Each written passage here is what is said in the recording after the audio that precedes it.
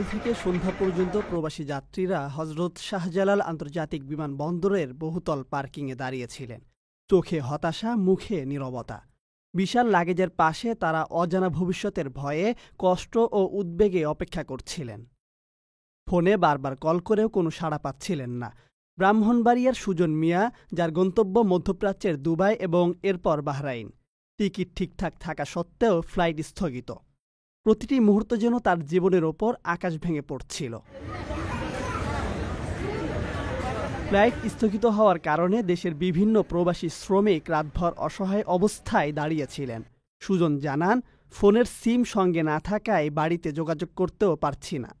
সময় মতো কাজে না গেলে চাকরি হারাবার সম্ভাবনাও রয়েছে। শ্রীলঙ্কা প্রবাসী শম্ভুচন্দ্র মণ্ডল ও তার সঙ্গীরাও একই অবস্থার শিকার হন।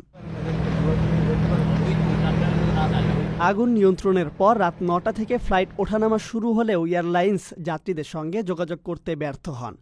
অনেক প্রবাসী ঢাকায় ফিরে যান, আর টার্মিনাল ২-এ স্বজনরা দীর্ঘক্ষণ অপেক্ষা করেন। রাতভর এই আতঙ্ক ও অসহায়ত্বে দিন পার করেছেন যাত্রী ও তাদের পরিবার। ৫ লাখ টাকায় প্রবাসীর সিটির মালিকানা শেয়ার, ৫ বছরেই দ্বিগুণ মুনাফা। আপনার স্বপ্নকে সম্পদে পরিণত করতে আজই কল করুন স্ক্রিনে দেওয়া নাম্বারে।